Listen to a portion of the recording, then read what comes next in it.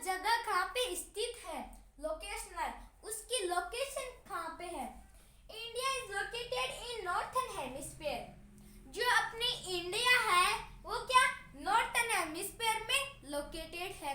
तो वो northern hemisphere में कैसे है, जो एशिया है वो क्या नॉर्थ की साइड में है और जो इंडिया है वो भी इक्वेटर से ऊपर है। तो इक्वेटर 0 डिग्री पे आता है ना। तो जो भी इक्वेटर से चीज अप होगी, जो भी चीज इक्वेटर से अप होगी वो क्या कहलाएगी नॉर्थ में। वो कहाँ पे आ जाएगी नॉर्थ साइड में। इसलिए इंडिया को क्या फिर क्या कहने लगी है नॉर्थन हेमिस्फीयर। वैसे इंडिया का नाम इंडिया तो है लेकिन वो नॉर्थ में है, इसके लिए उसको वो कहते हैं northern hemisphere. Total area of India 32000000 square metre.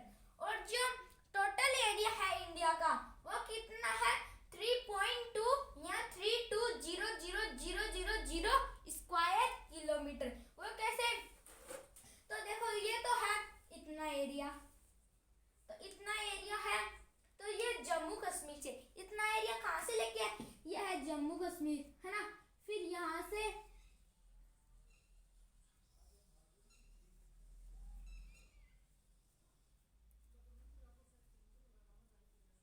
तो अपन ने ये पूरा एरिया क्रॉस कर लिया। तो जब अपन अपनी इंडिया के अगर अपन जम्मू कश्मीर से लगे मान लो इसके राउंड करने, तो यहाँ से अपन एक राउंड करेंगे जब कितना कितना किलोमीटर में होगा 320000 स्क्वायर किलोमीटर।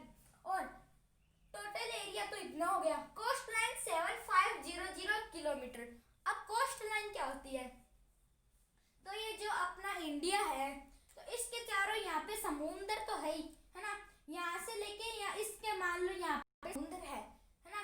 ये समुंदर है, ये समुंदर है यहाँ तक है। ये समुंदर क्या यहाँ तक है, ये समुंदर यहाँ तक है। तो ये जो भी समुंदर है ये पूरा कितने किलोमीटर में 7500 किलोमीटर के अंदर है। ये समुद्र है, इसको क्या कहते हैं कोस्ट लाइन। और तो ये जो कोस्ट लाइन है वो कितने किलोमीटर के अंदर है 7500 किलोमीटर के अंदर।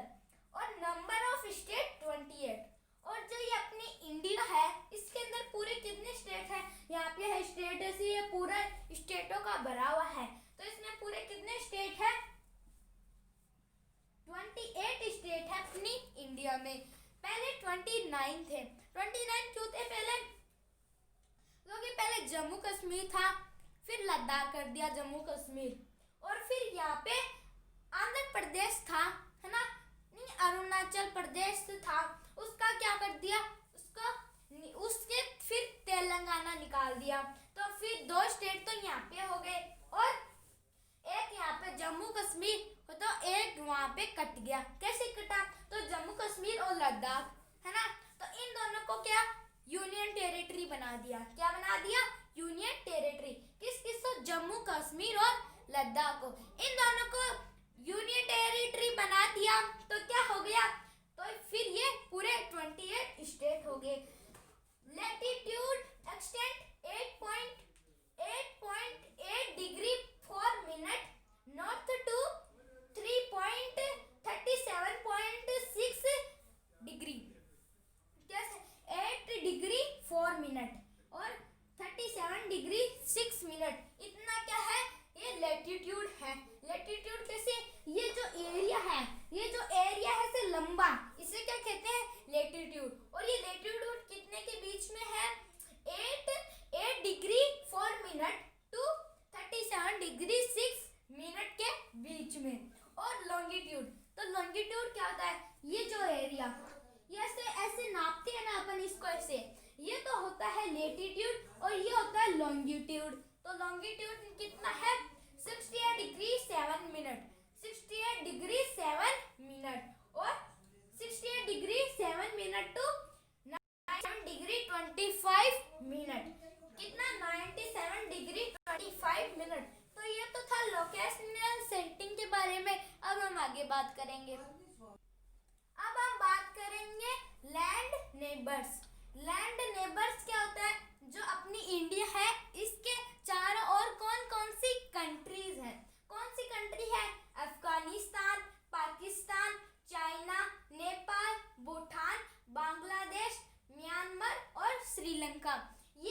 कंट्रीज इंडिया के चारों ओर है, ये सराउंडेड है।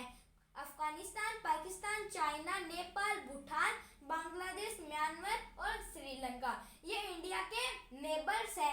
ये नेबर्स कंट्री है इंडिया की, इसीलिए ये हो गया लैंड नेबर्स, क्योंकि इंडिया के पास है तो ये नेबर कंट्री हो गई। और लैंड लॉक्ड कंट्री, तो लैंड लॉक्ड कंट्री कौन सी होती है?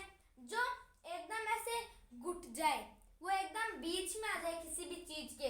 जैसे अफगानिस्तान है तो इसके बीच में पाकिस्तान आ गया, तो ये बीच में हो गया ना, ये पाकिस्तान बीच में हो गया, तो इसके ये पाकिस्तान वाले किधर से जा भी नहीं सकते, तो ये फिर इधर से, फिर ये पाकिस्तान वाले या तो इंडिया में आएंगे या अफगानिस्तान में। आने का सिर्फ दो ही रास्ता है, तो इसके लिए ये भी लैंड लॉक्ड है, ये और किसी रास्ते से जा भी नहीं सकती बाहर। और जो है नेपाल, भूटान, जो भूटान है वो भी लैंड लॉक्ड है।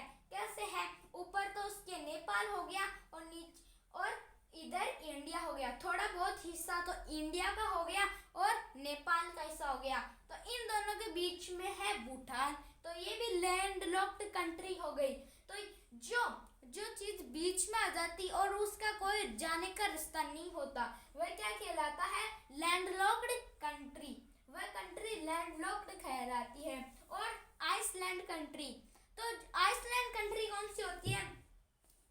जैसे श्रीलंका है ना, तो इसके चारों ओर पानी पानी है, तो इसके चारों ओर पानी है तो ये आइसलैंड हो गया, आइलैंड हो गई, आइलैंड कंट्री हो गई।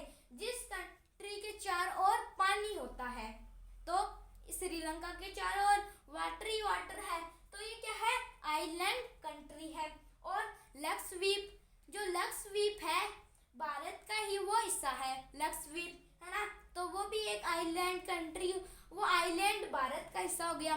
कैसे? क्योंकि लक्षद्वीप तो इधर है, तो इस साइड में है, तो यहाँ पे भी क्या, यहाँ पे भी ये पूरा समुद्र है, तो उसके चारों ओर भी वाटर होगा, तो लक्षद्वीप भी एक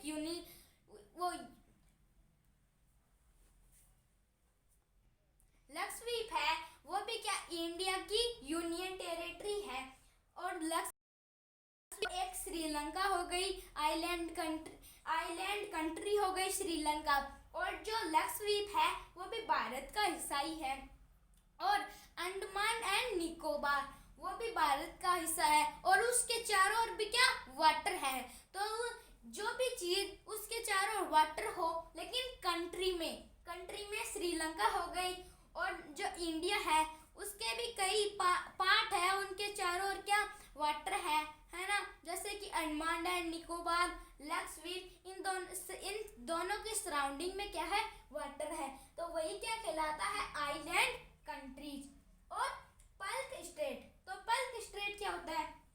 जैसे ये श्रीलंका है ना, श्रीलंका हो गया, तो श्रीलंका से इंडिया श्रीलंका से कैसे आते हैं? एकदम पतला सा रास्ता है इसके आने का, ये एकदम पतला सा रास्ता है, मतलब एक पतला रास्ता जो भी कहलाता है वो है पलग स्ट्रेट, पतला सा जो भी रास्ता वो है पलग स्ट्रेट। और फिर एकदम यहाँ पे ये इंडिया और एकदम पतले से हिस्से से मिलते हैं, और दो ये इधर जो ओशन है बे ऑफ बंगाल, और इधर अरेबियन सी, और नीचे इंडियन, तो ये क्या यहाँ से ऐसे मिक्स हो जाते हैं दोनों ओशियन। कैसे होता है? क्योंकि श्रीलंका और इंडिया के बीच में पतला सा रास्ता है, इसलिए ये दोनों मिक्स हो जाते हैं, लेकिन एकदम पतला है। तो आज के वीडियो में हम इतना ही करेंगे, मिलते हैं अगले वीडियो में अगले टॉपिक के साथ। Thank you so much.